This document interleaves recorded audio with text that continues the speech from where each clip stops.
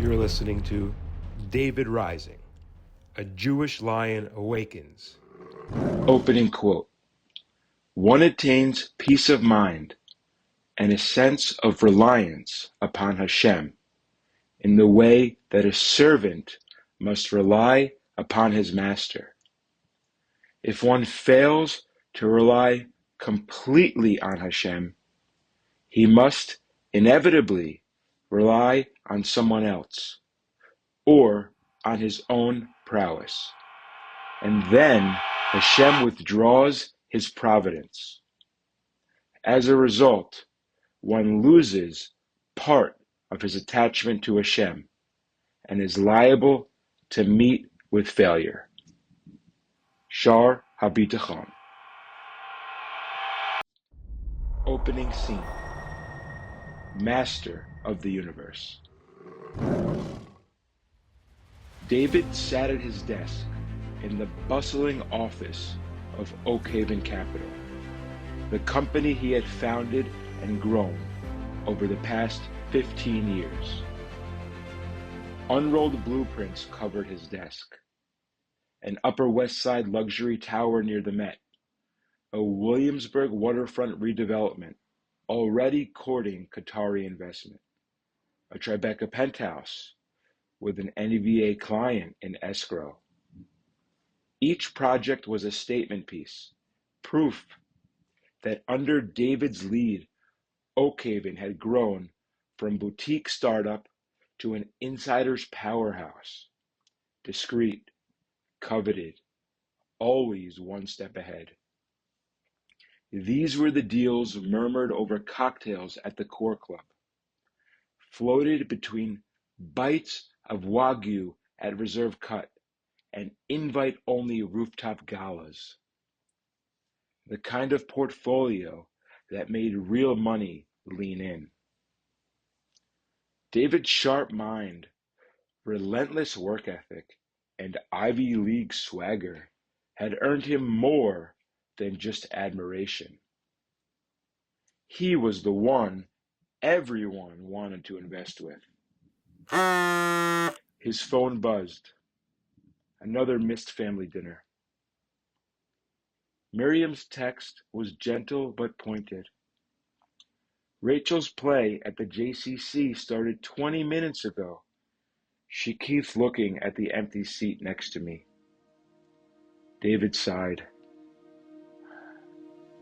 He glanced at the family photo on his desk, taken years ago when Rachel was still small enough to sit on his shoulders. They had been walking through Central Park after Sunday bagels. Rachel was scared of the crowd, so he hoisted her onto his shoulders, told her she was the captain of the ship. Miriam had captured the moment just as he steadied her, Rachel's tiny hands clutching his forehead. He had felt like a king then, like a protector. When was the last time he'd done something like that? The frame sat next to a thick stack of contracts, a fine film of dust settling across both the frame and the contracts. The intercom crackled. Mr. Marks, the investors for the Hudson project are waiting in the conference room. David swallowed. His eyes flicked to the clock, then back to his calendar. I'll be right there, he said, straightening his tie. He paused at the door, looking first toward the framed picture, then out the tall windows to the clear blue sky beyond. Something tugged at him, but he couldn't name it. That uneasy feeling again, the muscles in his stomach tightening. He steadied himself. There was no time for that now. The investors were waiting, and in David's world, time was money. He walked down the hallway toward the conference room, past framed awards and oversized photographs of his real estate holdings that tracked his rise. His Ferragamo shoes barely made a sound on the perfectly polished floor. He had become like that, present but not present, successful but not successful, alive but not quite living. Somewhere deep inside he knew, in building his empire, he had lost touch with his own life, his family, his time, and even himself.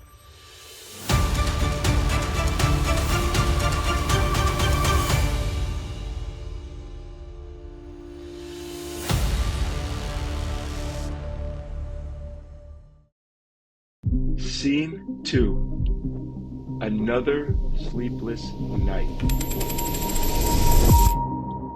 That night, after a long day, David lay awake in bed, staring at the ceiling, sensing himself at a crossroads. The business kept growing. More calls, more clients, more meetings, more expectations.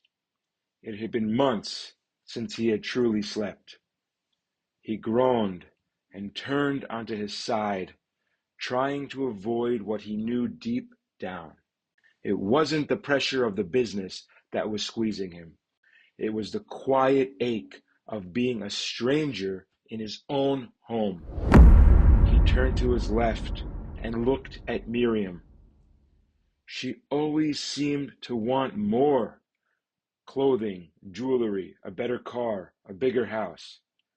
When was the last time they had even shared a simple cup of coffee, let alone a real conversation?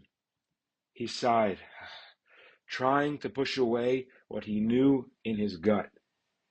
It wasn't things she was longing for. It was him. A line from some forgotten argument drifted back now, soft and sharp, all at once. At least when you buy me things, I feel you love me. He had brushed it off then, hearing only the surface of the words. Now, in the stillness of his bed, he heard the ache beneath them, a desperate reaching for something she could no longer name. She hadn't been asking for more. She had been asking for him. But he hadn't known that. He thought providing was how you proved love. And to provide, he had to withdraw, deeper into work, into pressure, into the chase. Each gift she requested was really a question. Are you still here? Do I still matter? But he had heard it as pressure, and so he pulled further away. Now, he didn't know how to fix it. He turned to his right. Only the blank white wall stared back, stark, empty, like his own life. The glare of the alarm clock cut through the darkness, its oversized red numbers waiting to flash and beep. Another night, barely a wink of sleep. A thought floated up from somewhere deeper. A few weeks ago, Isaac had said something, almost in passing, like a seed planted without fanfare. They had been standing in the hallway after a long meeting, coffee cups in hand, faces worn from exhaustion.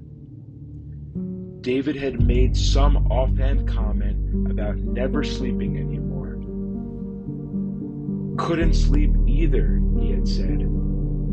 Started going to the early minyan, morning prayers at the Shul. At the time, David had laughed inwardly, another dreamer, completely out to lunch. But now, better to move than lie there waiting for that shrill alarm to remind him of everything he didn't know how to fix. It was still dark out, when for reasons he still didn't understand, David found himself driving through the pre-dawn streets, toward the small shul he'd driven past 1,000 times, but never entered.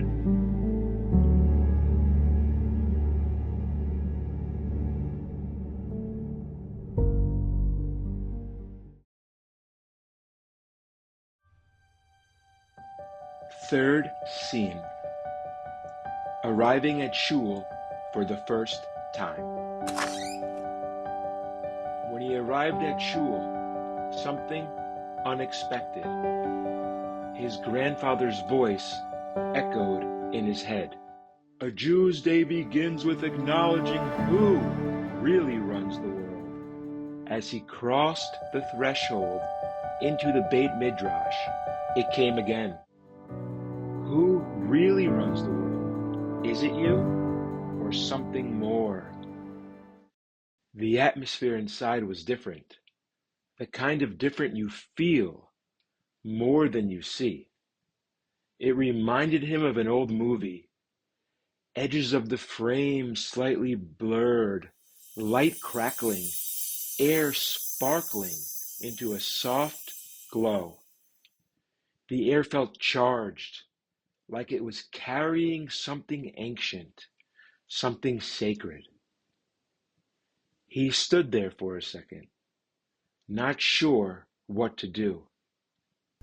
He felt like he had stumbled into a scene from 2,000 years ago. Men, wrapped in white talit, with small black boxes tied to their heads, moved around the room. Not rushing, not distracted, almost floating. Someone with a thick white beard caught his eye, gave him a smile, nodded him toward a seat in the back. David slid into the seat, exhaled. At least he could tuck away here, unnoticed. In this place, he thought, you didn't need to believe in God. You could feel the energy in the room. It was just there, undeniable. He leaned back, let himself settle, tried to keep his eyes open. Ironically, after so many sleepless nights, he dozed off without meaning to. A rustle woke him, the sound of men rising to their feet. At the front, a man tapped gently on the bima, the Amidah, the 18 blessings. The room shifted. Everyone stood and waited. David's brow furrowed. He leaned toward the older man beside him and whispered, "Why is everyone just standing still?" Inside, he was really thinking, "They woke me up for this?" The man leaned in, his voice gentle but steady. We're not just praying. We're syncing up, waiting for the moment night becomes day, darkness becomes light, aligning with Hashem's rhythm.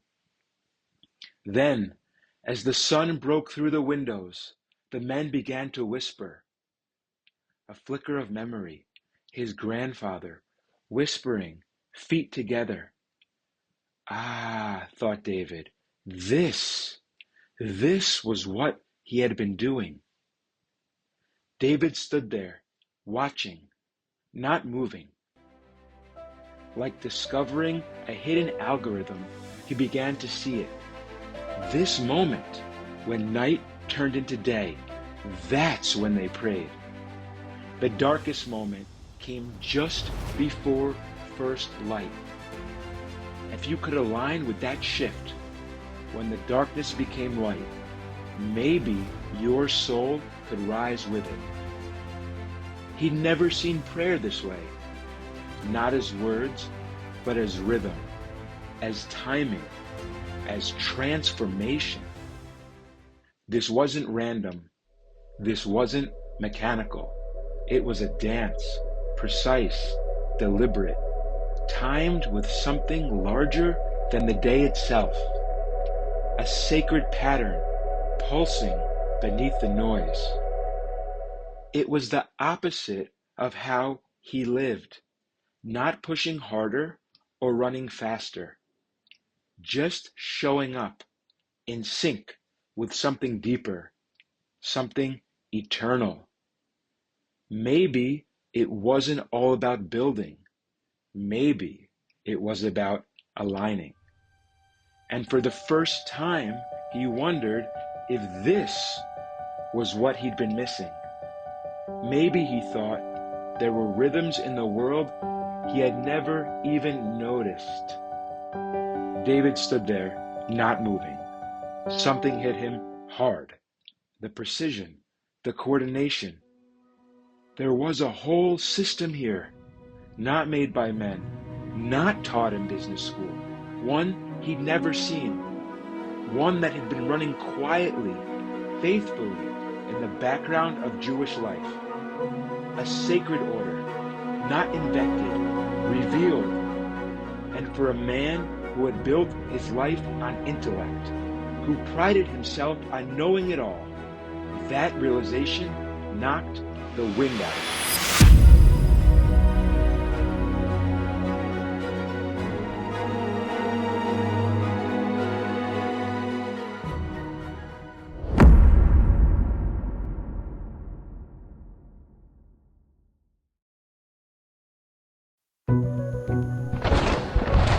Fourth scene. Second time at Shul. The next night, David couldn't sleep again. Unbelievable, he muttered, tossing the blanket off. Enough. He arrived at Shul earlier this time. Still dark out, barely 5 a.m. Inside, a rabbi in a plain black suit and white shirt sat at the head of a long plastic table. 3 men surrounded him, coffee cups in hand, seemingly hanging on to every word. Pathetic, thought David, like puppies waiting for a treat. Can't they think for themselves? He muttered under his breath. I'm a modern man, he thought. I build, I win, I get my news from the Wall Street Journal, not an old man reading an ancient book. He tugged at the cuffs of his Canali shirt, stood a little taller. These guys, nodding like sheep over styrofoam cups, let them sit there with their bad coffee. Not me. I'm out here learning how the real world works. Money, strategy, power. He pulled out his smartphone, thumb hovering over the Wall Street Journal app. But as he did, a bright light from the ceiling reflected off the screen, catching his eye and pulling his gaze upward. When he looked up, he caught sight of an enormous chandelier dangling from the vaulted ceiling, its crystals sparkling like frozen stars. David stared. Wow, he thought to himself. The crystals on that thing alone must have cost $100K. By now, he had forgotten about his smartphone. He scanned the room again, this time with slower eyes.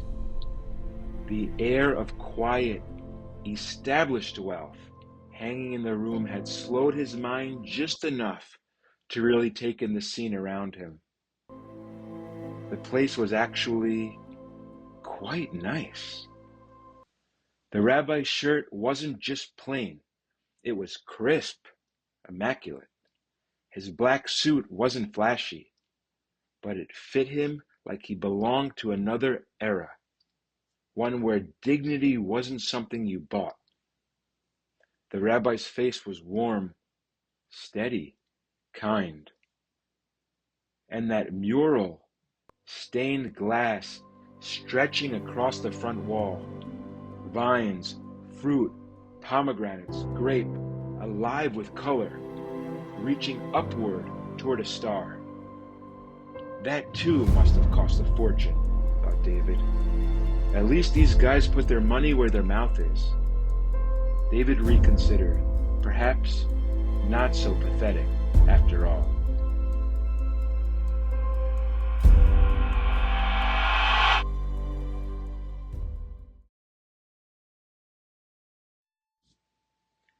Fifth scene. David's first time praying in Shul. When the rabbi's class ended, people began filing into the Beit Midrash for morning prayers. Tired from little sleep, weary from work stress, David found his way back to the same chair. He sank in. Automatically, he reached for his phone, then reconsidered. Probably not a great look, he thought. Don't want to get glares from the rest of the guys here. The men around him began to rise. So, nothing else to do, David stood too. At that moment, a man, a few seats over, turned and handed him a siddur. David took it and froze. It was the same prayer book his grandfather had used. Same exact cover, same tattered spine, same fading title, Siddur Ahavat Shalom. His throat tightened unexpectedly. He almost let out an audible sigh and choked back tears. He blinked it away. He could see it now, his grandfather clutching that very siddur like it was a limb, always with him, weddings, Shabbos, Shiva houses, kiddushes. He never walked into a room without it. When he died, it was relegated to the old wooden shelf in David's father's study, never touched, but always there. That's uncanny, thought David, his mind shifting quickly into academic detachment, steadying himself and bringing himself back to his cool, detached demeanor.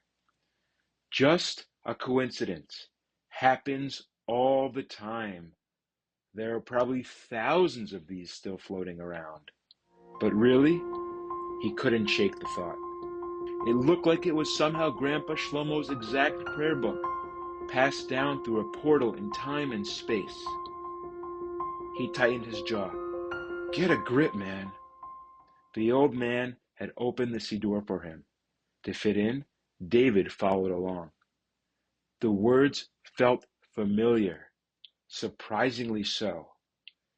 That's funny. My Hebrew stuck with me. Still got it, he thought smugly, straightening his collar and adjusting the knot in his tie. Didn't forget a thing. But something stirred beneath the arrogance and self-congratulation. A strange sense, like the words weren't just remembered, like they were returning, waiting, patient and undisturbed, just beneath the surface, as if his soul had known them before his mind did, as if something ancient within him had been holding them all this time, quietly waiting for him to come back. Around him, the room pulsed with a hidden rhythm. The men around him stood with open siddurim, murmuring softly, some swaying, some still, a few with eyes closed, each absorbed in a private, invisible conversation. When they reached the Amidah, everything slowed. The room went silent. The men began to sway, not fast, not dramatic, but as if something unseen had brushed through the room, moving them all at once. David stood too and read silently. Somewhere between the third and fourth blessing, he felt it. Not a jolt, not a shout, just a change. Outside, the windows had softened. The night had pulled back like a curtain. A faint gold light seeped along the edges of the glass. And inside David's chest, the darkness had thinned. The heaviness he carried, it hadn't been torn away, it had lifted, like a prayer rising with the dawn. Afterwards, he stood still for a few minutes, stunned. What was that? He didn't know, didn't want to overthink it. Could be nothing. Busy day ahead, he said under his breath, bringing himself back to the familiar structure of thought and deadlines.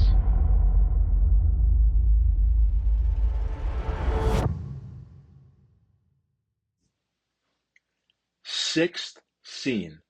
Back to his world. David stepped into his car, still holding the warmth from Shul. His chest felt light. His breath came easier. But he knew better than to let himself get too out there. So he did what he always did. Tapped the screen, Spotify, news, the Bloomberg Minute. The voice came on immediately, mid-sentence. Projected earnings, slower hiring, revised GDP numbers. Perfect. Nothing like a dose of macroeconomic theater to pull him back. Back to the world he knew how to command.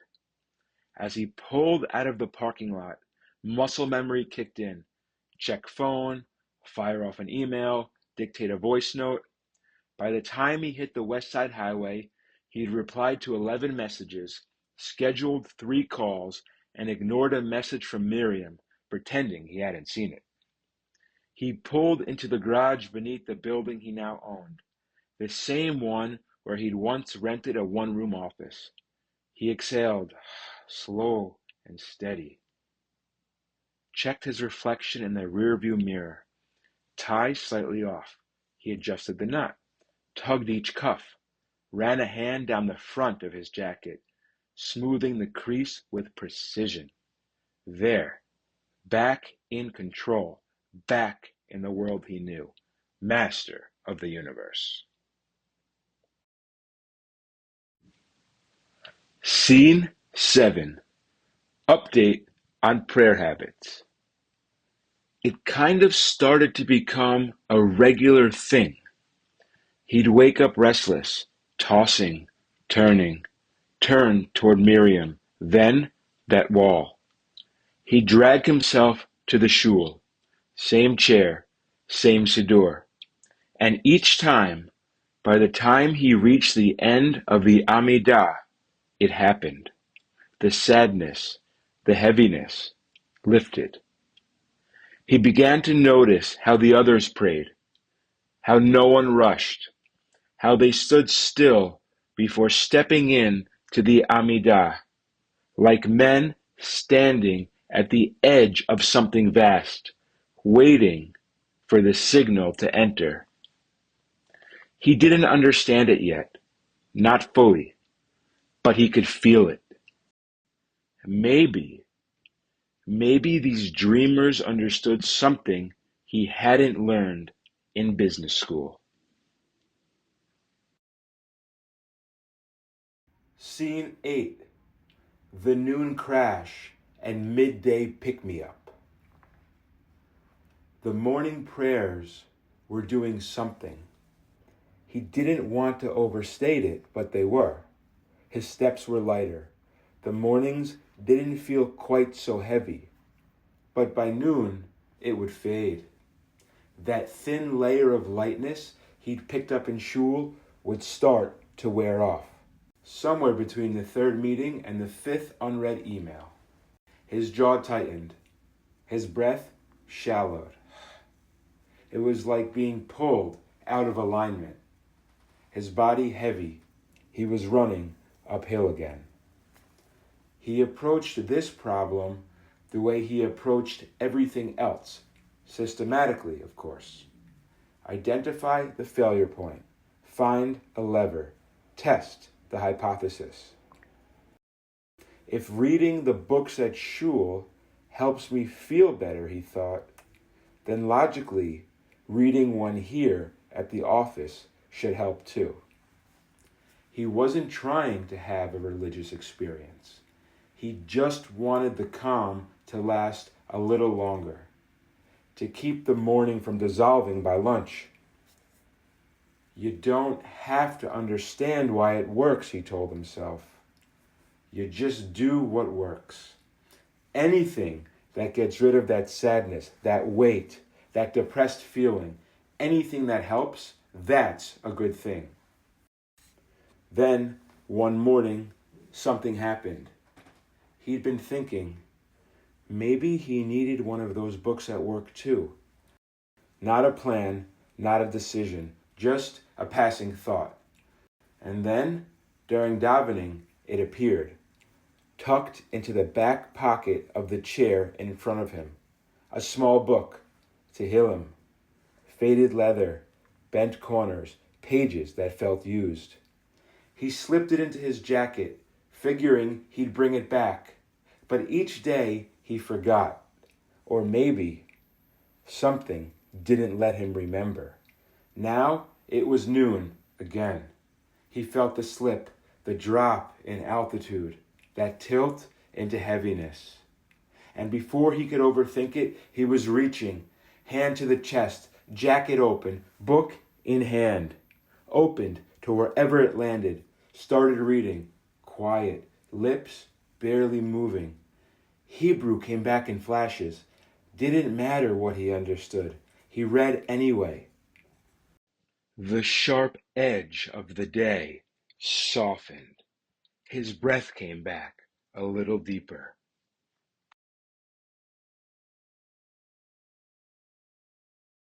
A deal falls apart, and David starts asking new questions.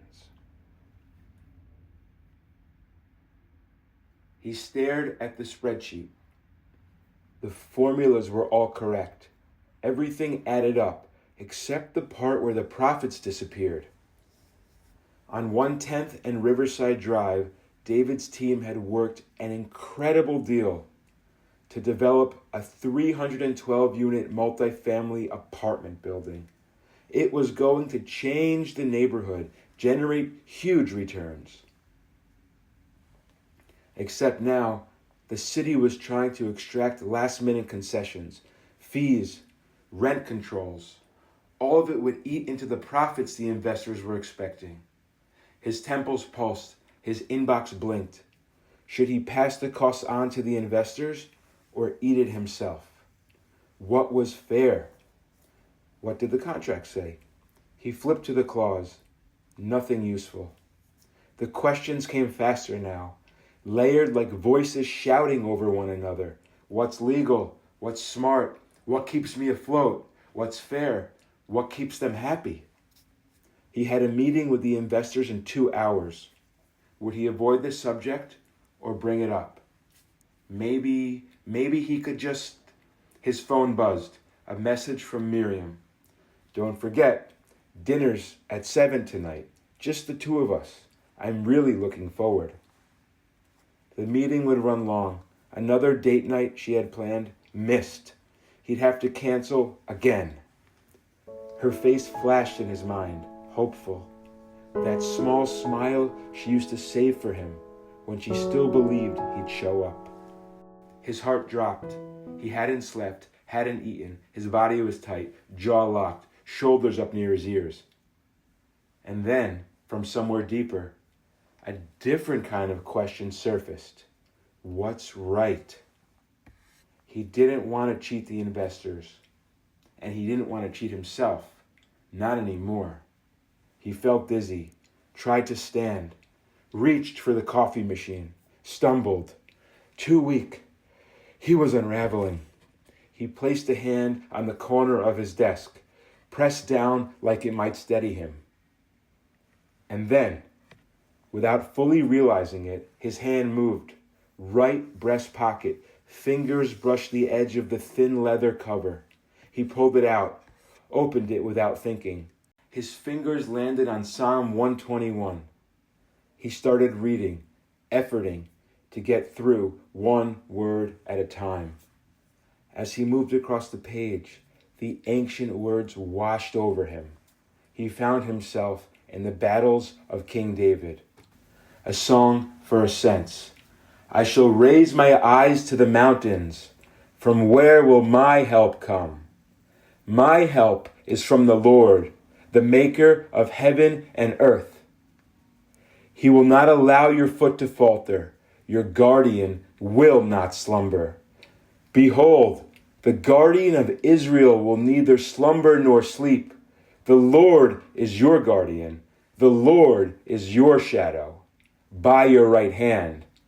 By day, the sun will not smite you, nor will the moon at night. The Lord will guard you from all evil. He will guard your soul. The Lord will guard your going out and your coming in from now and to eternity. After praying, he felt more calm. He could feel the words wrapping him like a chainmail coat, giving him strength. He didn't have the answers yet, but something had shifted. The chaos loosened its grip. His breath came easier. His hand wasn't clenched anymore. He sat there holding the page. No brilliant strategy, no sudden clarity, just the quiet sense that maybe he wasn't doing this alone. When you learn, God talks to you. The piece from saying Psalm 121 a few minutes ago still held. For the first time in weeks, the tightness in his chest softened. He felt lighter, but still, the spreadsheet numbers echoed in the back of his mind. Then, his thoughts took an unexpected turn. How would the men at Shul handle this? And what about all the generations before him? He pictured them lined up before dawn, talit draped over their shoulders, unmoved by forecasts or deadlines. And his grandfather? He would have pulled out a sefer. David's eyes landed on the Shulchan Aruch resting on his desk. He reached for it. His friend Moshe had given it to him at Shul. It was beautiful, bound in leather, lined in gold. The kind of thing you display on your desk to impress a client, which is exactly why he put it there. But now, it wasn't a decoration. It felt like a doorway. The binding cracked as he opened it. Dense text, unfamiliar layout, lines of commentary curling down the page like an eternal conversation. There's got to be an answer in here somewhere, he said to himself. What is the right thing to do here? Do I pass the cost on to them or eat it myself? Deep down, it felt like this book knew more about life than any of his consultants or analysts or mentors combined. Somehow, these rabbis from centuries ago seemed to have thought of every possible situation. He began to read, slowly, haltingly, a few lines at a time. He didn't follow it all, not even most of it, but still, something happened. A strange lightness crept in, barely noticeable at first, like a window had opened somewhere inside of him. He read a few more lines, still didn't understand, but the weight in his chest, it wasn't as heavy. That week, he began to notice things. The men at Shul who studied the halacha, they were different, happier, calmer, more grounded, more refined. Even Jake, the notorious hothead from the real estate board, had softened since he'd started learning. At first, David brushed it off. Coincidence, age maybe, maturity. But then he remembered what Moshe had said after Minyan, the morning he had handed him the Shulchan Aruch. I was inspired to buy you the Shulchan Aruch while I was learning Likutei Maharan. Moshe reached into a white paper shopping bag and pulled out the book. Holding it with both hands, he presented it to David with quiet pride. Moshe leaned in slightly, lowering his voice as if sharing something precious. Rebbe Nachman taught that learning halacha, Jewish law, refines a person's character. I didn't understand it at first, he admitted, so I asked questions. He stirred his coffee and continued. The word halacha comes from holech, to walk. It's not just law, it's a way to walk with God, a path, a direction. Today people say Jewish law, but it's so much deeper than that. Rebbe Nachman reveals a secret. When prayer is combined with learning halacha, it changes the soul, literally, and that shift affects your life directly. Rebbe Nachman's teaching is very deep. I don't have time to explain it now, but here, I printed this for you. He handed him a stack of paper. These were Moshe's handwritten notes, David realized, with a mixture of awe and excitement. One photocopy caught his eye, a page from a book, highlighted in yellow, with notes scrawled in the margins. The page contained one of Rebbe Nachman's famous metaphors. David read, "The Torah is called a garden. The Jewish souls who delve into and understand the Torah are the various types of grasses which grow in the garden. And when the fountain of wisdom from prayer is drawn to the garden, the Torah, then it causes the grasses, the Jewish souls, to grow. In other words, the Jewish souls grow in the garden. They gain understanding and intelligence of the Torah. Then they merit delving into the depths of the law in order to determine the correct law, the permitted, kosher, and pure from the impure, unkosher, and forbidden. By doing so, they separate the good from the bad. By clarifying the law, the bad is separated out of 4 elements. By clarifying the law, the bad is separated out of the 4 elements. Only the good remains. By clarifying the law, the bad is separated out of the 4 elements. Only the good remains. Likutei Maharan 8:7, Sefaria.org. After reading, David looked confused. Moshe reached over and touched David's arm lightly, enough to say, "Hey, I'm with you," then went on.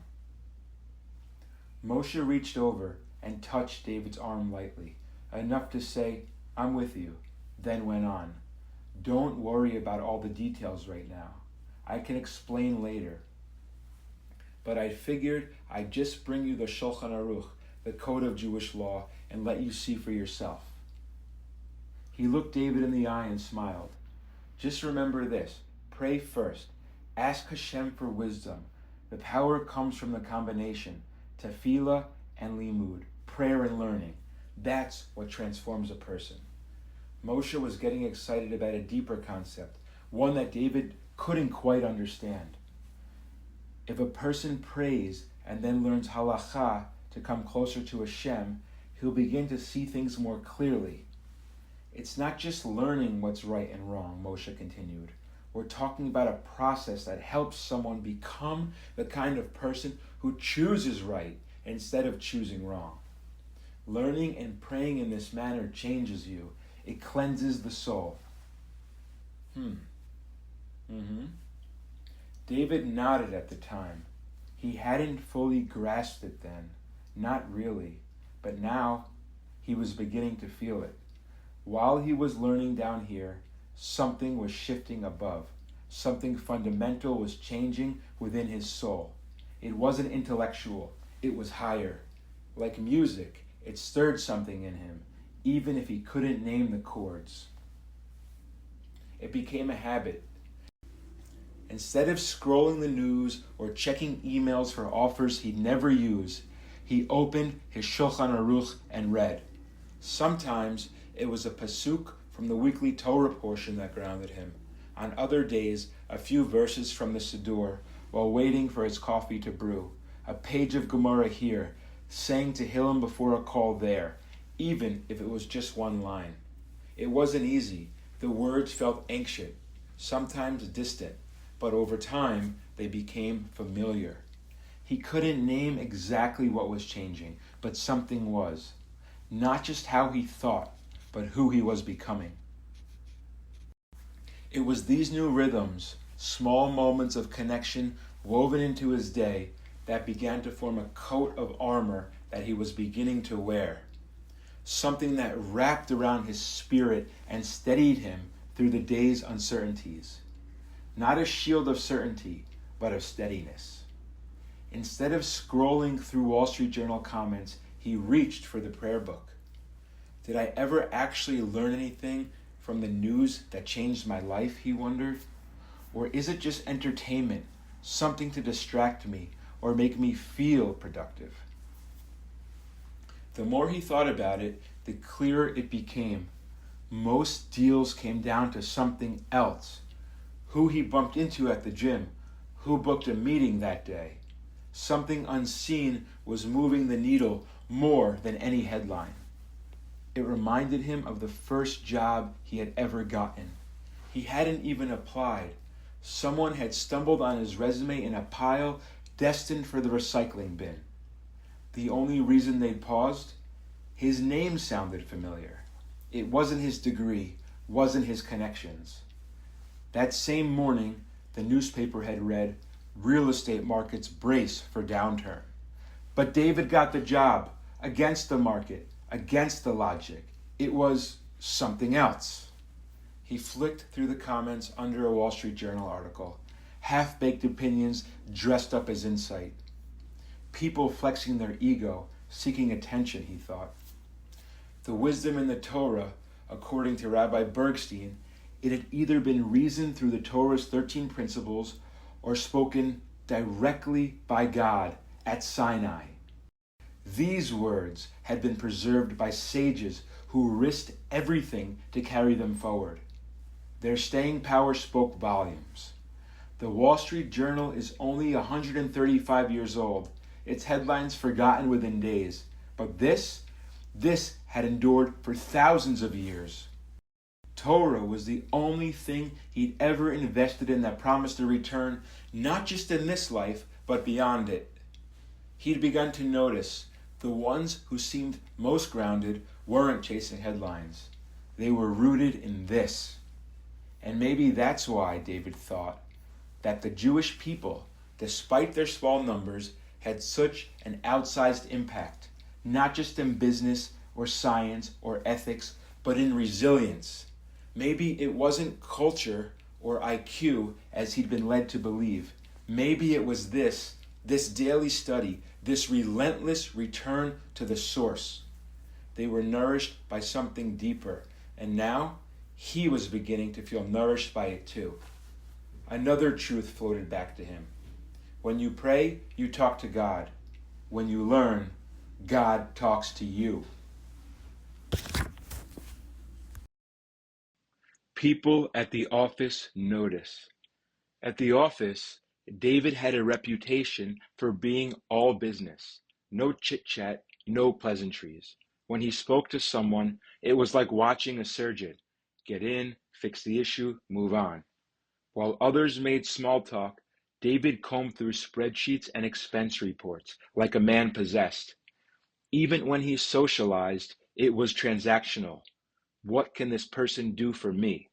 But lately, he was spending less time buried in Excel, less time lecturing at the whiteboard, less time tearing through someone's P&L line by line.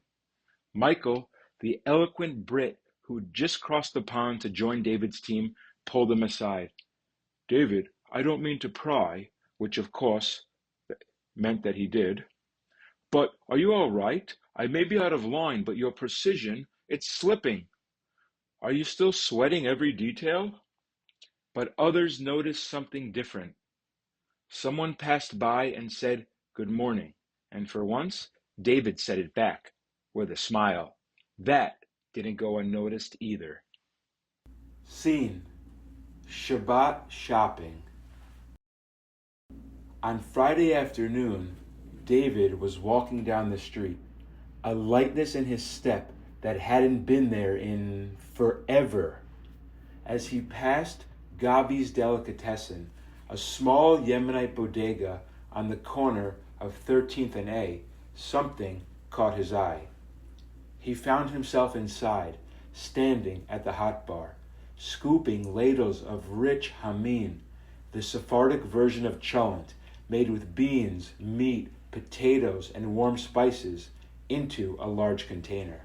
The aroma filled the air: cinnamon, garlic, cumin, memory.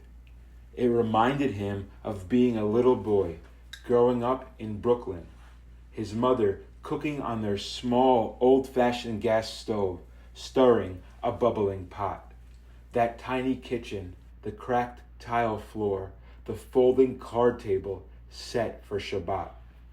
He added warm pitas and a pair of fresh challahs to the haul, stacking them neatly at the register along with the stew.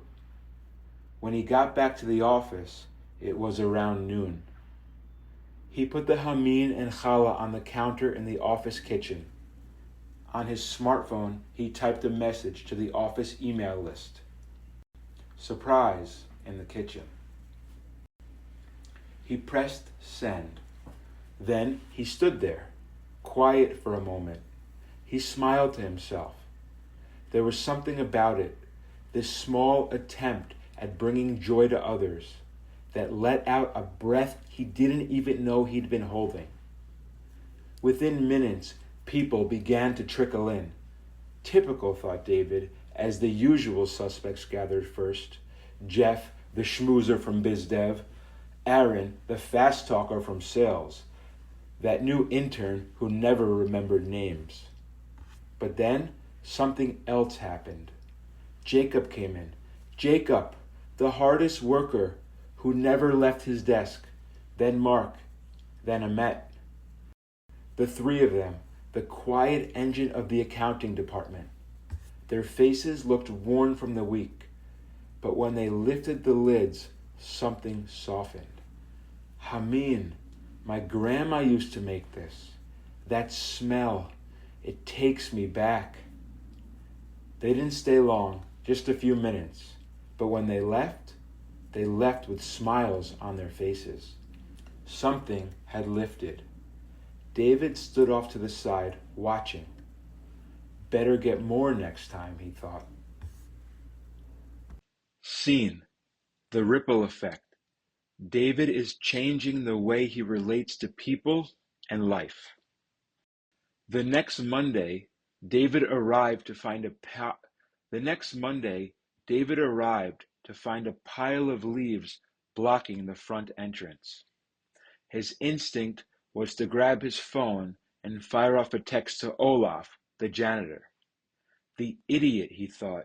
He's supposed to take care of this. What are my employees going to think if the place looks like a hiking trail? But then, out of the corner of his eye, he saw the outdoor broom leaning near the wall. For some reason he couldn't explain, he walked over, picked it up, and swept. 2 minutes, that's all it took. What he couldn't see was how that small choice, the pause, the broom, the sweeping, was already echoing outward, quietly folding into something larger. 30 miles away, at that exact moment, Olaf was dropping his son off at school. His wife had taken ill, though they didn't yet know it was morning sickness from a surprise pregnancy. Normally, Olaf would have been tense, frustrated that he had to miss work to drive carpool. He would have made a comment like, "Can't you get it together? It's all falling on my shoulders." But this morning, something was different. The pressure wasn't there, or at least not as loud. Instead, he pulled out his phone and found his fingers typing a different kind of message to his wife. "Hope you feel better, my love." He even surprised himself and added a heart emoji. He smiled softly. The kindness felt almost effortless, a shift he couldn't explain, but somehow it felt right. Little did Olaf know, David's small moment of patience, his choice to sweep, had sparked a ripple, a tiny shift in Olaf's home, a softer morning, a bit more breath in a woman carrying new life. Could it really be? Could that moment have meant something? It was just a moment, but moments have wings, and this one was already in flight. Something about Moshe. There was a new rhythm at the office these past few months. Deals were still moving. A big closing on the Upper West Side. An old client, thought to be long gone, came back with a check and a smile. But it wasn't just the numbers. It was something else. The surprise Cholent, the sweeping, David saying good morning and meaning it.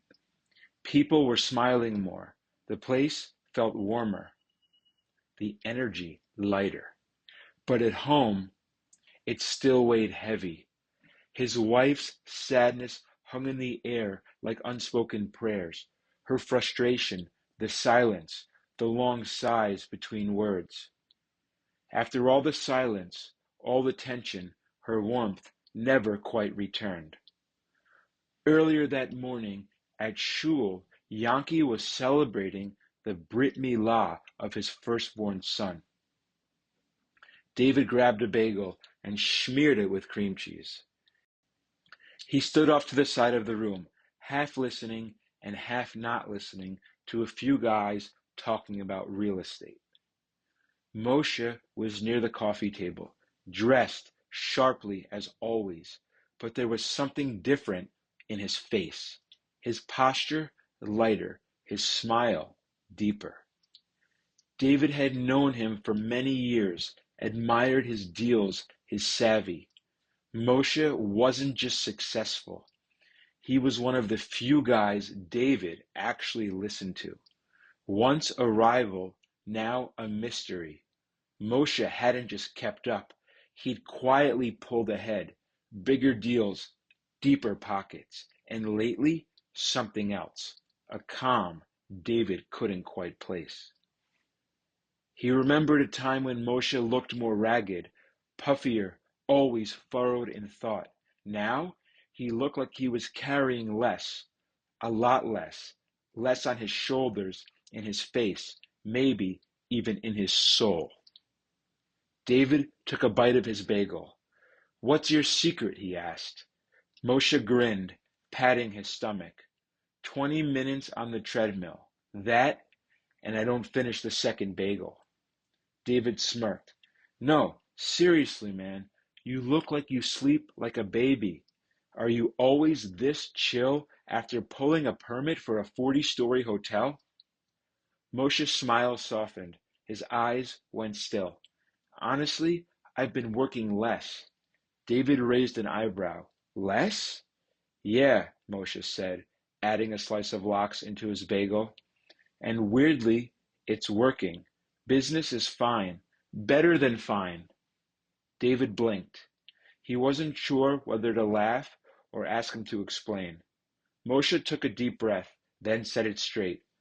"I heard Michael Safdie on his podcast say, I only work about 3 hours a day. The blessing comes from my Torah learning." David paused mid-chew. Moshe continued, "And it got me thinking.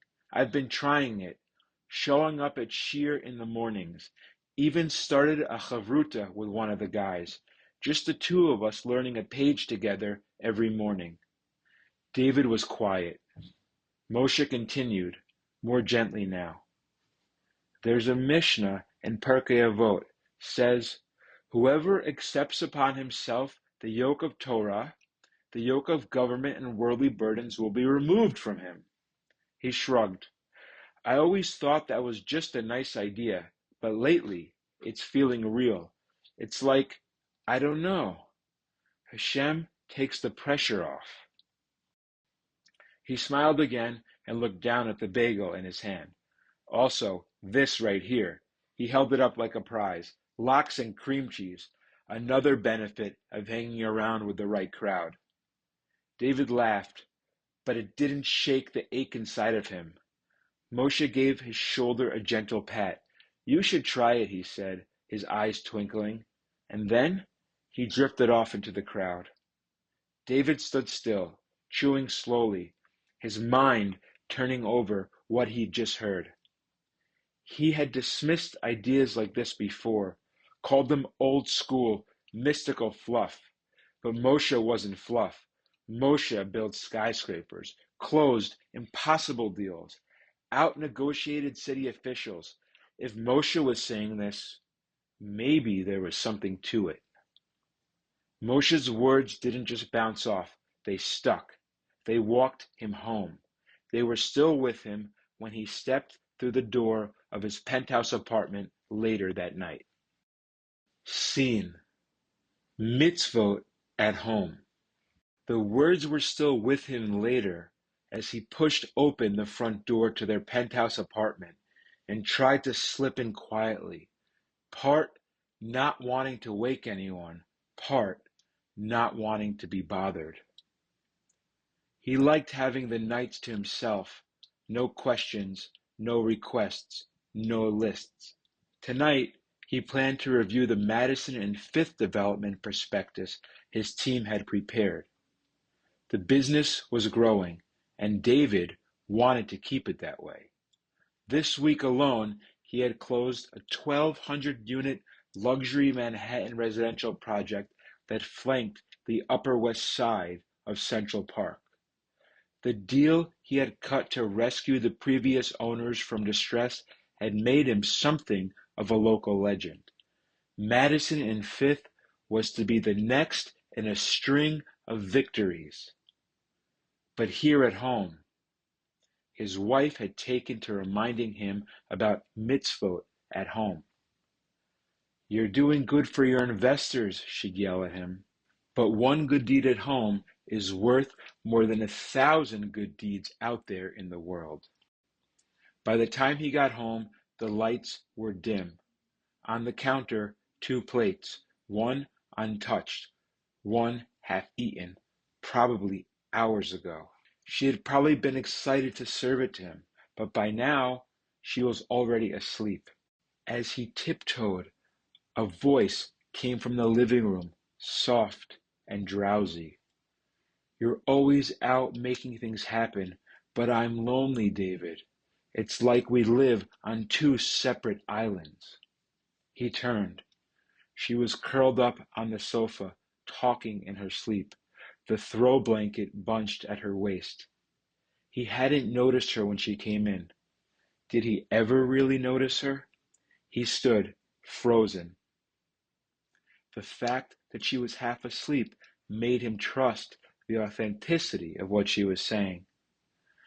When she was awake, he discounted her complaints as bargaining chips in a grand negotiation. But now she wasn't angling.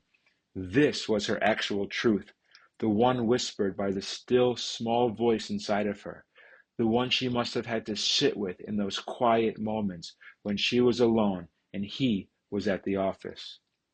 He walked over to the sofa and tried to rouse her, gently placing a hand on her shoulder.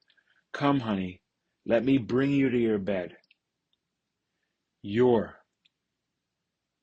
The word hit him mid-sentence, before he could pull it back. He hadn't meant to say it, it just came out that way, a tacit acknowledgement that they had grown apart. It didn't even feel like his bed anymore.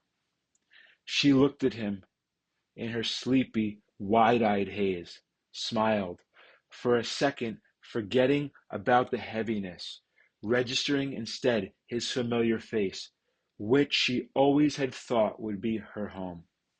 But then, quickly, once again, her lips turned upside down into a frown, the heaviness rushing back in. How many late nights had she spent waiting for David on this very sofa? His hand was still extended. She weighed whether she could take it, trust it. Then her eyes closed and her hand fell limp. He gently lifted her in his arms, slowly, carefully. She was lighter than he remembered. Carried her to the bedroom, laid her down, pulled the blanket over her, then quietly closed the door behind him.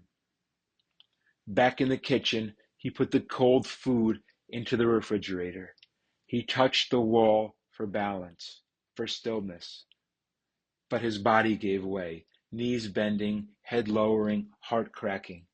He slid down the wall until he hit the floor and began to cry.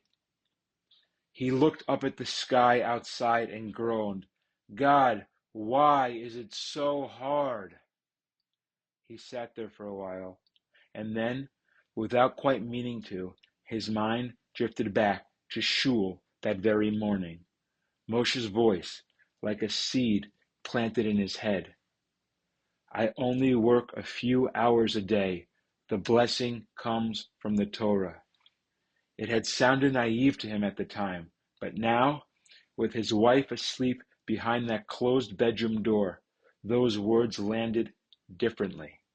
Maybe he had been too focused on working harder, on pushing through, on doing more, fixing more, proving more. He had always credited his success to his own intelligence and discipline, the long hours, the sharp thinking, the Ivy League education. But was it really helping? The success, the deals, did they really come because of all the effort? Or had he been mistaking the pipeline for the source? And from a quiet place, a memory surfaced, a voice from long ago, his grandfather, Meir.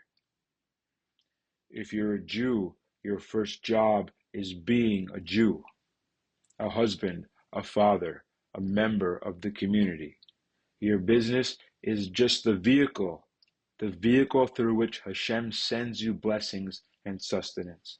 But it's not the heart of who you are. And here, as if it were yesterday, David could see him rise slightly from his seat, hand tapping the table for emphasis.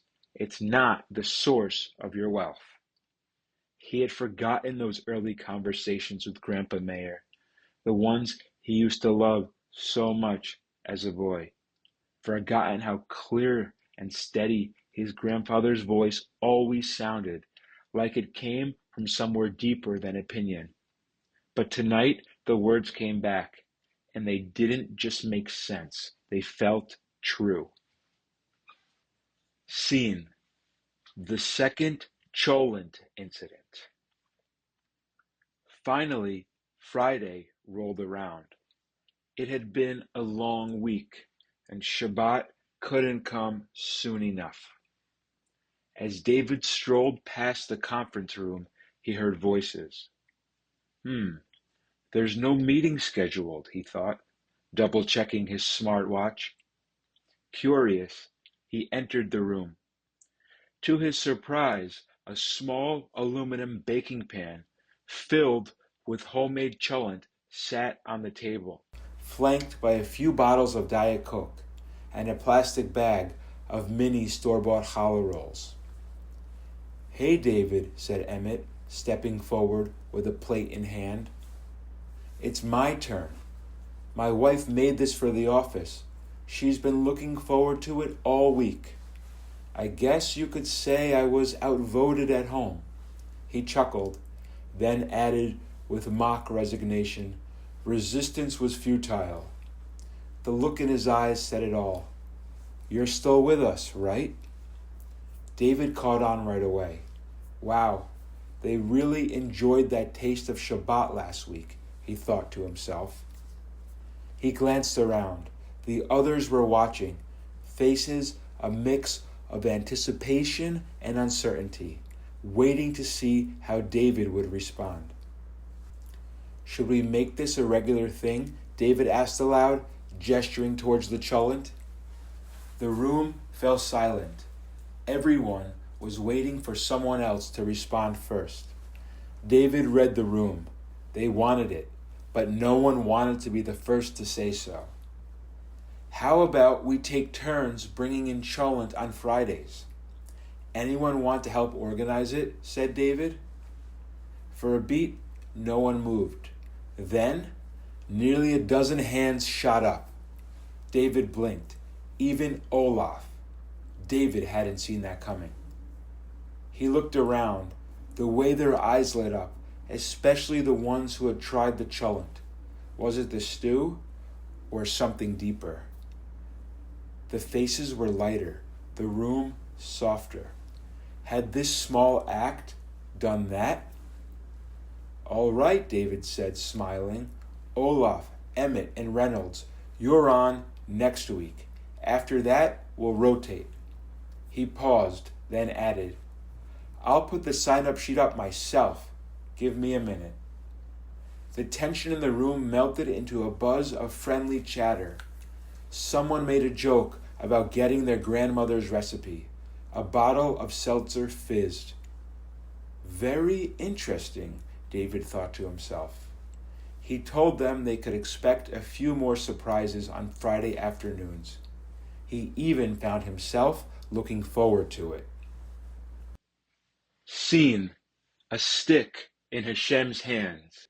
Late Thursday morning, David was sitting at his desk when the intercom crackled. Mr. Marks, Doug Emioff is here. I showed him to the conference room. Doug Emioff, vice president of the bank? David double-checked his calendar. As he'd thought, no meeting was scheduled. An unexpected visit from his banker was rarely good news. David rushed to tighten his tie. He leaned over and pressed the intercom. Send him to my office. Send him to my office. Send him to my office. Seconds later, the door opened. Hi, David. Nice to see you, Doug said, his flushed red cheeks and easy grin doing their best to soften what was clearly a surprise visit. Can I offer you some water, some soda? David asked politely. I have ginger ale, Evian. Perhaps another time, said Doug, cutting him off, Perhaps another time, said Doug, cutting him off, though his tone stayed friendly. I don't have too much time, David. I've got to make my rounds this morning. A pause. Doug shifted in a matter-of-fact tone. A pause. Doug shifted into a matter-of-fact tone.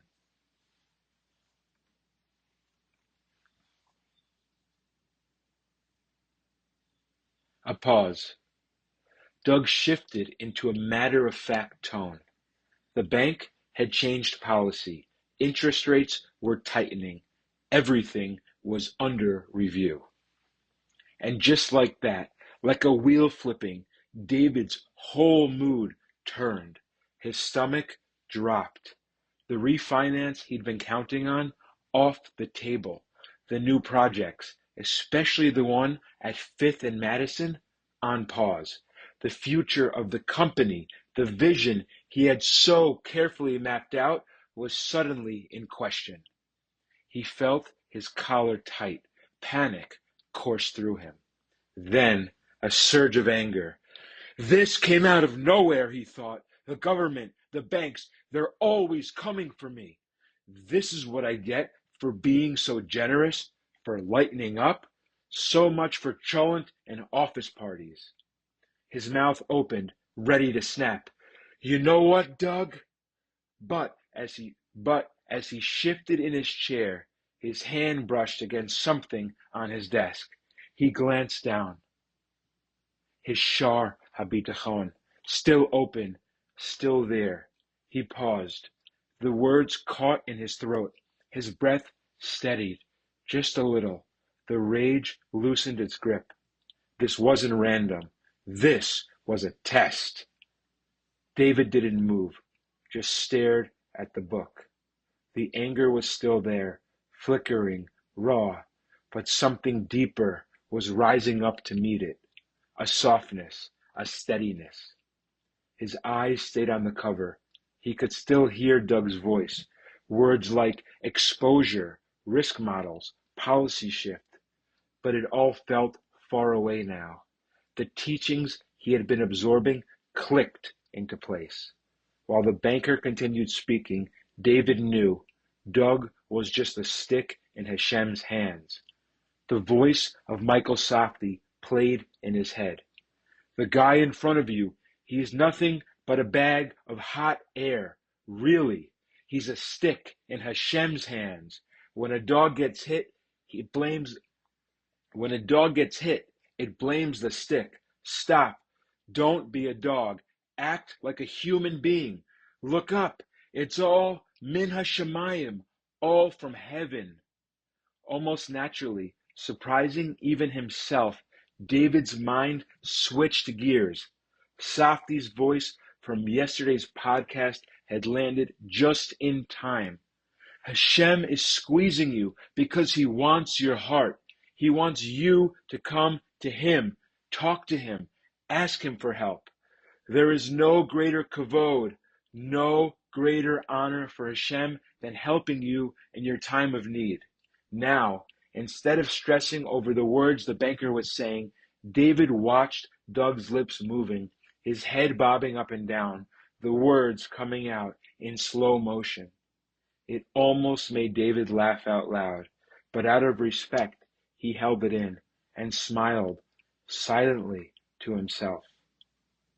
David turned his focus upward toward his loving, kind Father in heaven. Thank you, Hashem. Thank you for sending this challenge my way. I love you, and I know you love me. I accept whatever you are throwing my way. I know it's for my good. Teach me what you want me to learn here. Help me pass this test. I am relying on you. I have nowhere else to turn. I trust you won't let me down.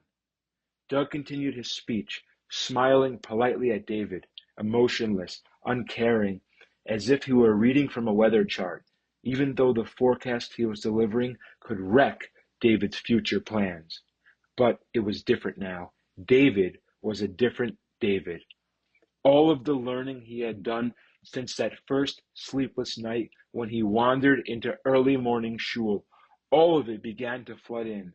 That slow, steady exposure from Moshe over bagels, from the rabbi's weekly teachings, from the lines of Tehillim that wrapped him, from the voices of the men at Shul, from the Torah pages that seemed to land in his hands at exactly the right time, from being in the right place at the right time, from the Torah pages that seemed to land in his hands exactly when he needed them, from being in the right place at the right time, because Hashem had put him there.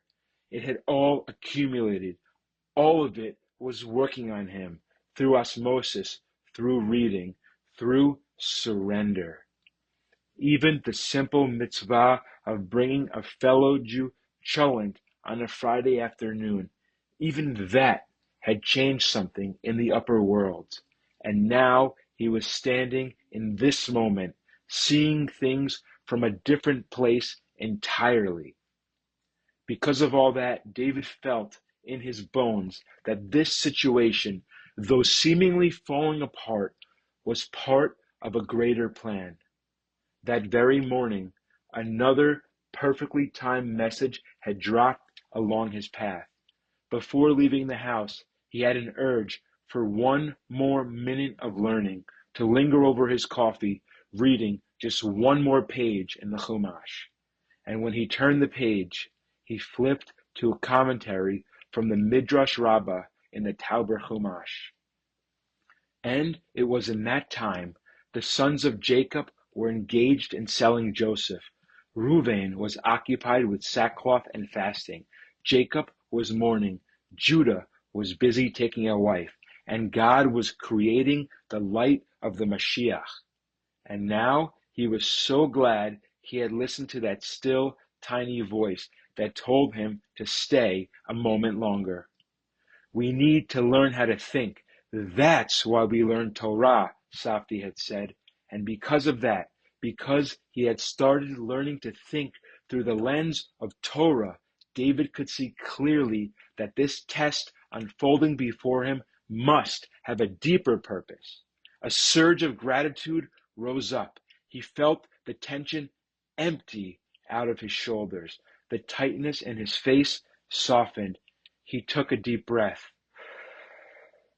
He knew that the challenges were nothing new for his family, the Jewish people. Like every Jew, he was a child of Abraham, part of an unbroken chain that had always been protected by God, rising and prospering through the chaos. One line from the morning prayers always stood out to him. You have always been the help of our fathers, a shield and a deliverer to them and their children after them in every generation. You have always been the help of our fathers, a shield and a deliverer to them and their children after them in every generation. You have always been the help of our fathers, a shield and a deliverer to them and their children after them in every generation. You have always been the help of our fathers, a shield and a deliverer to them and their children after them in every generation. His forefathers had faced the same thing, or worse. The Torah was filled with moments that looked like disasters, but were actually the setup for something far greater. Abraham being told to sacrifice his only son, Yaakov grieving for the son he thought he'd lost forever, the Jews being sold into slavery, and yet those were the very steps that led to redemption, because by relying on Hashem, sticking with Hashem, those challenges had built them, not broken them. If you zoomed out, he thought, it was all part of a plan. If Joseph had never been sold to Egypt, the Jews would never have been enslaved and never left with the Torah. The sale of Joseph was the first domino, the first shadow in a chain that led to light. Even as the first exile of Egypt was unfolding, God was already arranging that Moshe would redeem them. That's when it really hit him.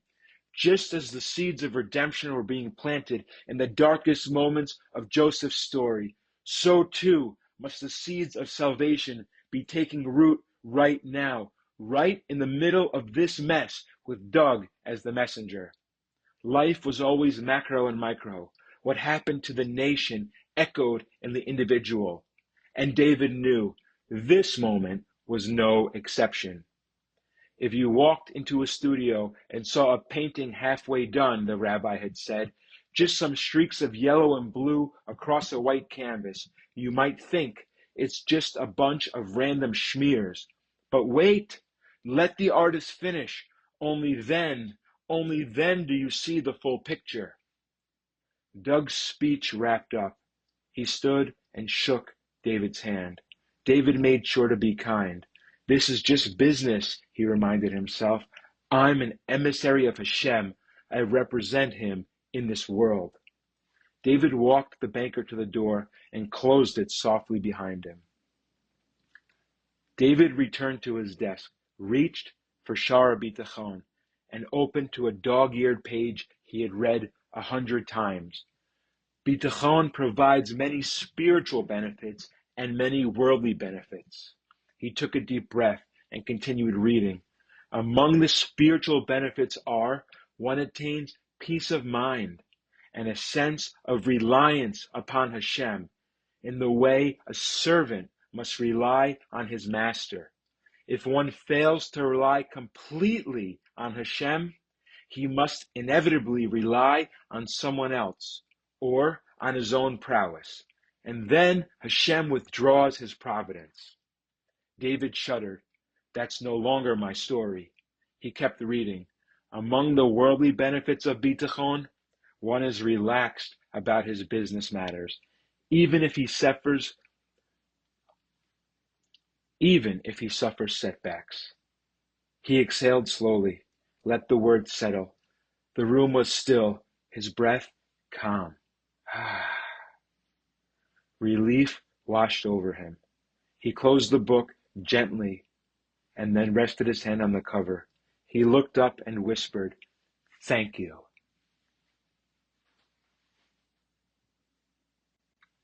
Scene.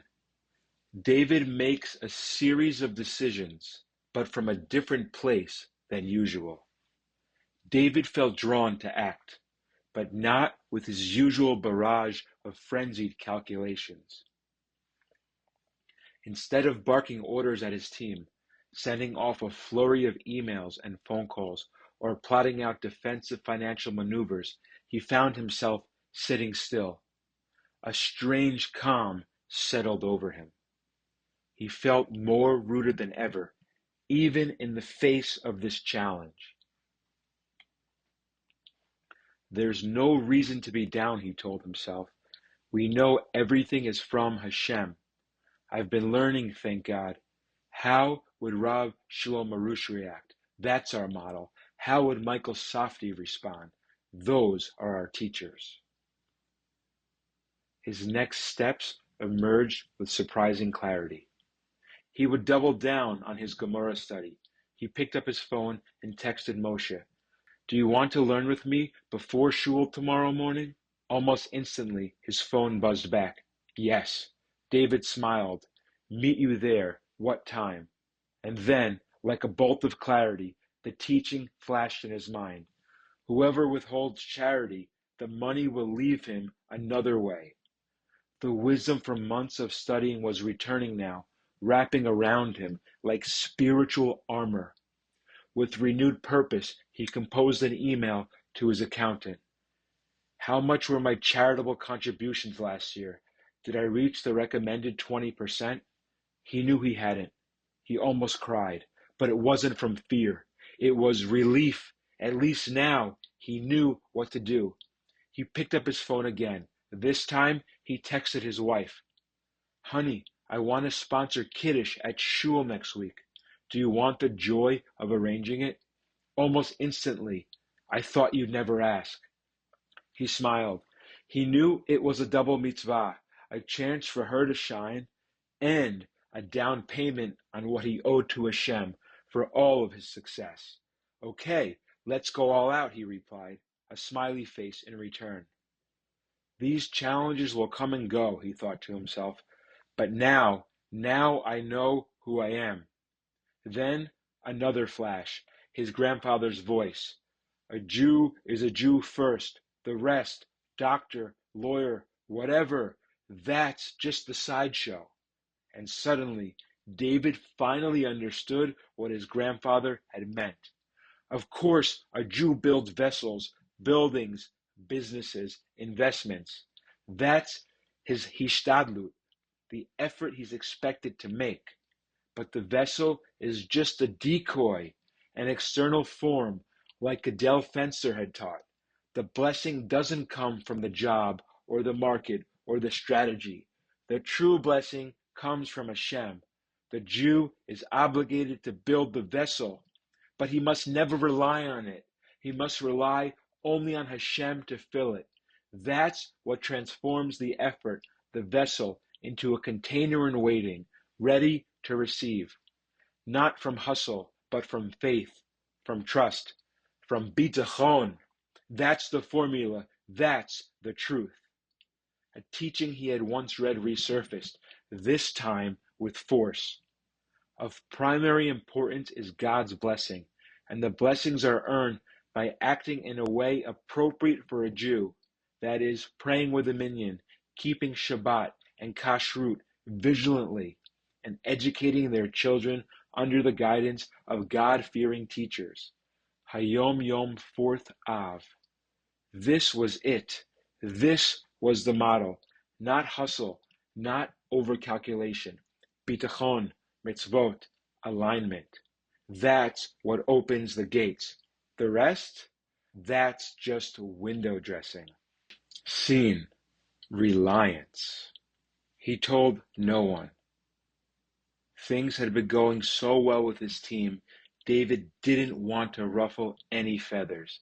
Didn't want to let them know what had happened with the bank. No panic, no memo, no war room. He just kept going. But in quiet moments, a surge of doubt would puncture his calm resolve. That's when David got to work. Not the old kind of work, calls, spreadsheets, negotiations. The real work.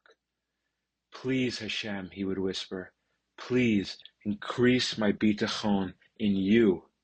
Let me trust and rely on you completely. For chizuk, he listened to daily bitachon on WhatsApp, short, fiery voice notes from Safti, a man who had become something of a mentor.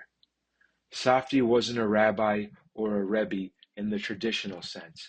He was something else, a businessman who had tasted both sides of life, who had walked away from pressure and performance and chosen bitachon, a modern-day messenger of Shar HaBitachon, translating ancient truths into the language of balance sheets and quarterly projections.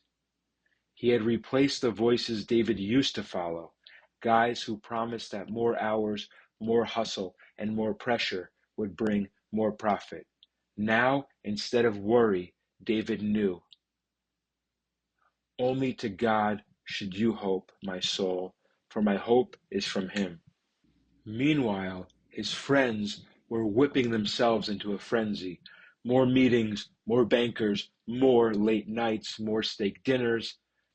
They got together for lunch, complaining about the economy, the interest rate environment, the tariffs, waiting, each of them, for the other guy to bail them out. David saved his breath. He used his lips for something else. The power of a Jew is in his lips. Psalm 121, over and over. From where will my help come? As the deadline approached, David increased his efforts. He dove deeper into Hitbodedut, speaking to Hashem in his own words. He would take walks, talk like a child to his father. I trust you. I know this is for my good. Please, Hashem, show me what to do. His friends were spiraling. You could see it in their faces, the bags under their eyes. They were going to self-help seminars, walking on calls, chanting mantras. Some were in therapy multiple times a week. Others were hiring expensive coaches and consultants. They were hoping someone or some secret technique would save them.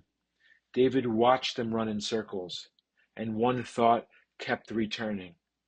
If one fails to rely completely on Hashem, he must inevitably rely on someone else or on his own prowess, and then Hashem withdraws his providence. If only they knew. But David felt something else. He felt a calm peace spreading over him. He was surprised that he was sleeping so well at night. He felt that thing he had always wanted to feel, reliance. He began waking up early, not with anxiety, but with energy. You should awaken the dawn. He became one of the first 10 at Nets, the early morning minyan. He finally understood what it meant to pray at sunrise, the precise moment darkness transforms into light. He saw his friends posting images from kosher steakhouses, networking, courting bankers, and he wondered, weren't those dinner bills only adding to the pressure? Instead of fancy dinners, David sat with his Gemara. When you pray, you're talking to God. When you learn, God talks to you. The more conversations with God, the better. He joined a WhatsApp group that encouraged learning one halacha a day. At first, it just felt like structure, a new way to build some rhythm into the chaos. But then, something shifted. As he studied, he could feel it. Something was changing. Too deep, or maybe too high, for his rational mind to grasp. He remembered what Rebbe Meir had told him, quoting Rebbe Nachman. Even when you don't fully understand the Torah you read, you are reprogramming yourself, changing things in the worlds above. He was becoming stronger. He finally understood what Rabbi Lazer Brody, Shalom Arusha's student, had meant. This is divine wisdom. In contrast to Greek philosophy, Torah doesn't end where reason ends. It begins there. He remembered the line that had struck him most. Divine wisdom begins where human logic stops. He had saved the email. He opened it, and again. reread. In total opposite of Greek philosophy, Torah scholarship is based on the fact that our feeble human intellect, as high as it might be on the IQ scale, is still human intelligence. Divine wisdom is far beyond the realm of limited human intellect, and only begins where human logic reaches its upper limits. In that respect, a secular Supreme Court judge in Israel would encounter extreme difficulty in understanding a basic point in Torah jurisprudence. Why? He thinks like an ancient Greek and doesn't believe in anything that he cannot see or grasp. He not only refuses to accept any notion of a higher power than human intellect, but he sneers at the idea. A classic case at hand was when Israel's Supreme Court Justice Yitzhak Amit agreed to allow one of Torah's most severe violations, chametz, on Passover or army bases. In unprecedented arrogance and ridicule, he termed our holiday of Passover a 7-day matzah diet. David didn't just feel sad reading that, he felt awake. The days passed, deadlines loomed, bankers circled. The pressure around him grew. But David felt held. Seen, making time for a dinner date.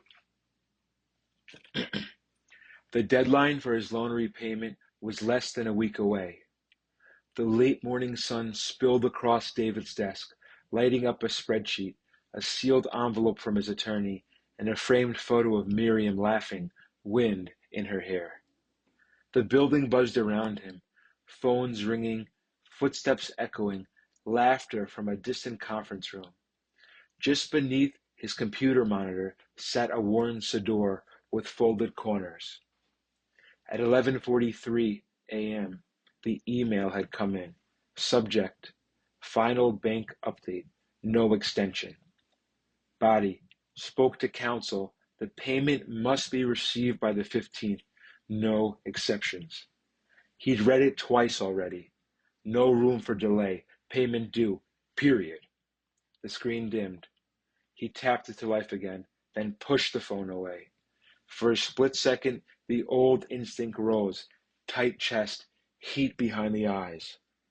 But he caught it, like a child who knows his father is in the next room. He closed his eyes for a beat and whispered, "Abba, I know this is from you, and I know you've got me." The fear melted, not because the pressure was gone, but because he wasn't carrying it alone. Outside his glass office walls, the world hummed with deadlines and deals. Inside, David felt still, whole. Miriam had been asking for a date night for weeks. She'd been glowing since the Kiddush, not just from the compliments, but from the feeling that he saw her, trusted her. She felt something different in him lately, a strength, a steadiness, and it drew her toward him, gentle like a magnet. "Have time to go out to dinner with me tonight?" she texted him. The text landed. At first, the reflex, "I don't have time for this," rose briefly, but he swatted it down. That voice belonged to someone else now. "Absolutely," he typed back. On the other end of the phone, like a lightning bolt had come through the line, an electrified smile exploded on her face. A tear came from her eye. Maybe electricity and water did mix, after all. He didn't just say yes. This time, he wasn't checking a box. He meant to make it special. There was a place she'd always wanted to go. David had resisted forever. Too far, it's a hole in the wall. And on top of that, falafel. He couldn't understand it. Why schlep all the way into the city for a tiny little falafel spot? Wasn't falafel the thing you grabbed while rushing around Israel at some food stand when you didn't feel like making a reservation? But tonight it felt okay.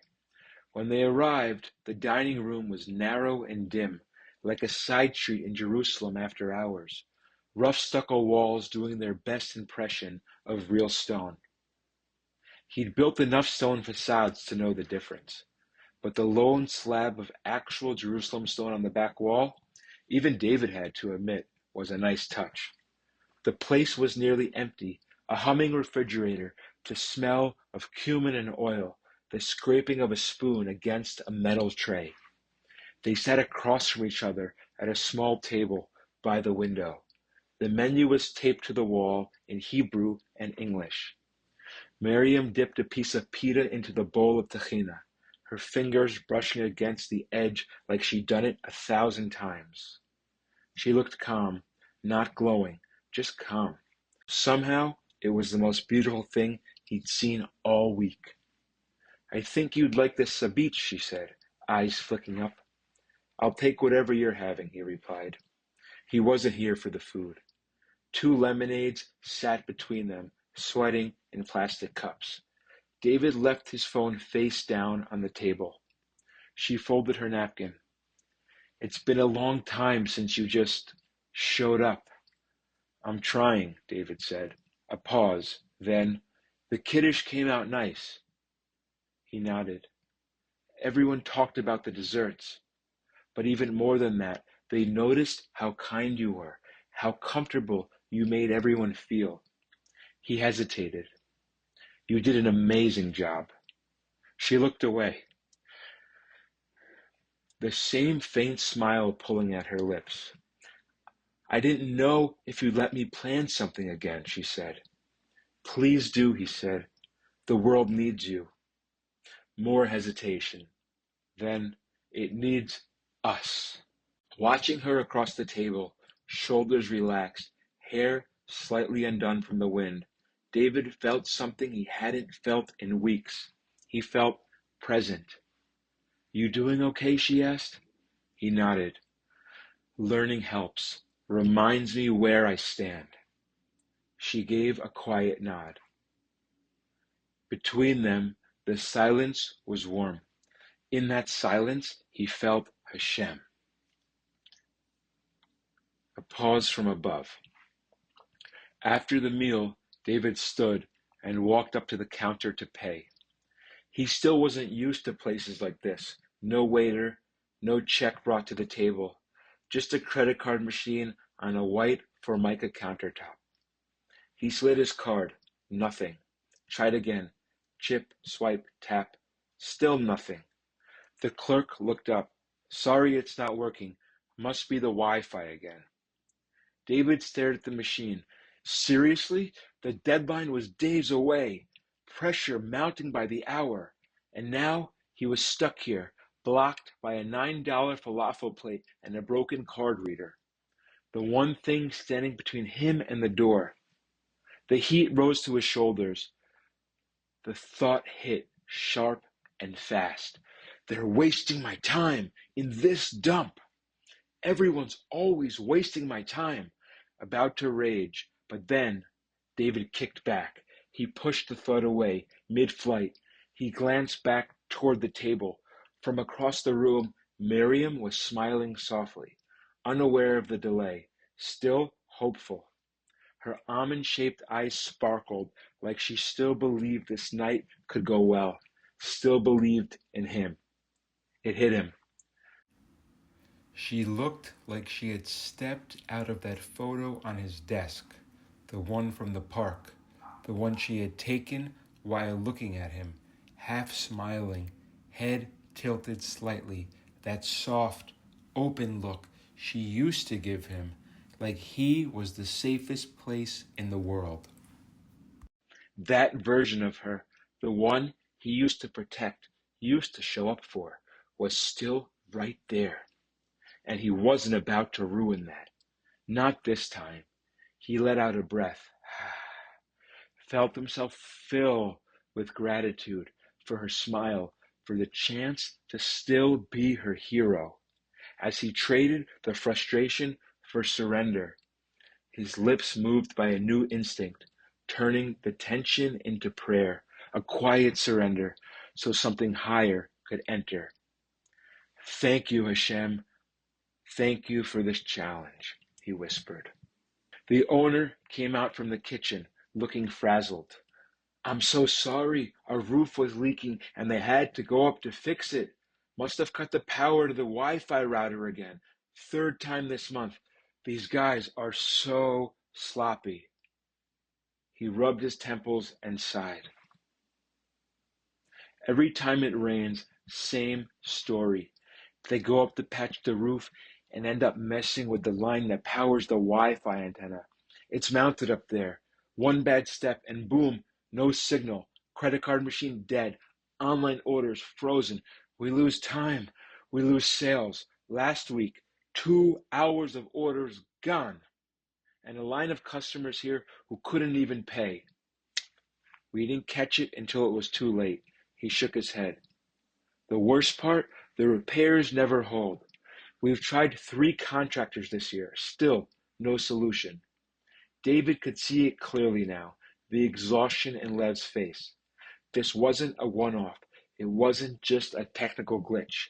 It was a slow bleed, months of disruption, frustration, and financial loss.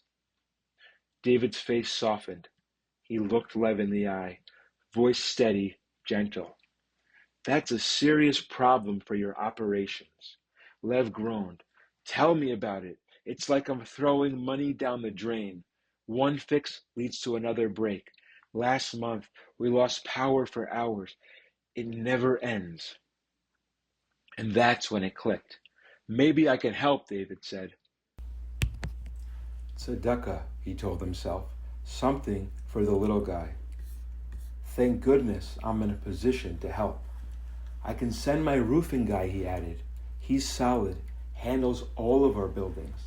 And he's set up more than a few Wi-Fi systems in his time. He turned around, looked back at the table, hoping the whole scene hadn't spoiled the night. But Miriam had caught the whole thing.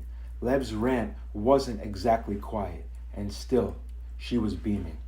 She didn't say anything, just looked at him. Something soft in her eyes, like, there you are. Scene. David shows up. It was a snowy, gray day when David showed up at Moshe's Falafel. The wind whipped along deserted city streets. The morning snow had turned wet and slushy, the kind that dirtied shoes and slowed everything down. David stepped out of the work van, tugged his scarf tighter. He hadn't planned to be here. His foreman had called in sick. Given the weather, David didn't blame him. The job was small, too small for anyone on payroll to care about. Earlier that morning, Lev had sent another frantic text. Another outage, routers down again, please. David answered without hesitation. I'll come myself. In his heart, another voice echoed back. Hineni. Here I am. He didn't want to disappoint his wife. He wanted to show up for her, for Lev, for Hashem, for who he was becoming. Pushing aside the bitter cold, the looming bank deadline, and everything else he thought he should be doing, he strengthened himself, pulled himself into a good mood. Serve Hashem with joy, even on a snowy roof. And now, here he was, boots in snow, ready to supervise the job himself. Normally, this type of thing was beneath him, way beneath him. But today, he was glad he'd come. The ladder was slick with half-melted snow as he climbed to the falafel shop's roof. The job was straightforward. Just a misaligned pitch and a vulnerable seal. A simple fix, but not one a rookie would catch. Fortunately, David and his crew were seasoned. They diagnosed it fast, handled it cleanly. An hour of labor, nothing more. David had even brought a new router from the office supply closet, a quiet gift. He figured he'd install it in Lev's office himself after the roof repair. But Lev was nowhere to be seen.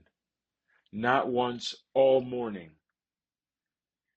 David could have left the router on the counter, but something about that felt like the old him, the rushed, too busy to care version.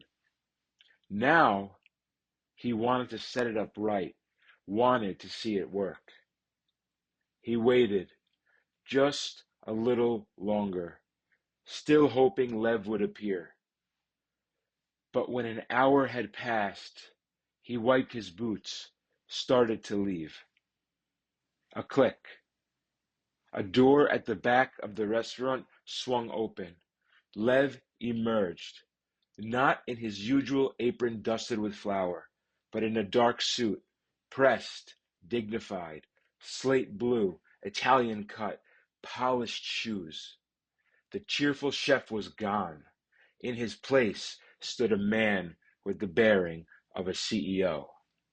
His whole presence different.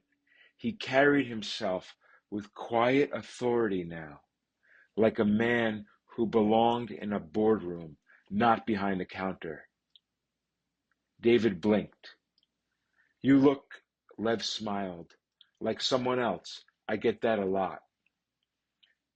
Lev gestured to a small table in the back. David, he said, come, sit with me for a moment.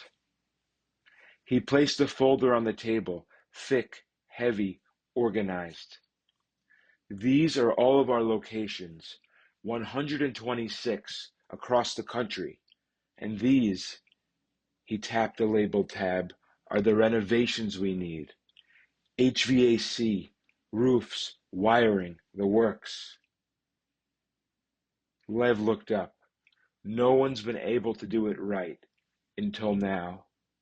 Lev smiled, humble and sincere. I didn't call you out of the blue, he said. I was testing. I saw you that night, with your wife. When the card machine broke and I was falling apart, you didn't let her feel it. You stayed steady. You protected her, even when things got tense. He nodded toward the roof. And today, same thing. You protected me. You came yourself, in the snow. You didn't send someone else. That matters. Final scene. No one knew but Hashem. David opened the binder. Page after page, blueprints, square footage, renovation phases, city codes, timelines. A napkin slipped out, creased, scribbled on, Lev's notes. He flipped it over. One figure caught his eye. Total estimated developer return, $100,792,792.67. His brow furrowed. He read it again. David blinked. His heart thudded in his chest, but not from panic. That number, the impossible total he owed the bank. Not rounded, not close, exact. He hadn't spoken it aloud to anyone but Hashem. Even the digits, 7, 9, 2. His wife's birthday, July 29th. David's breath caught in his throat, but it wasn't panic. It was something softer, lighter. And then he remembered what he'd read that morning, half awake over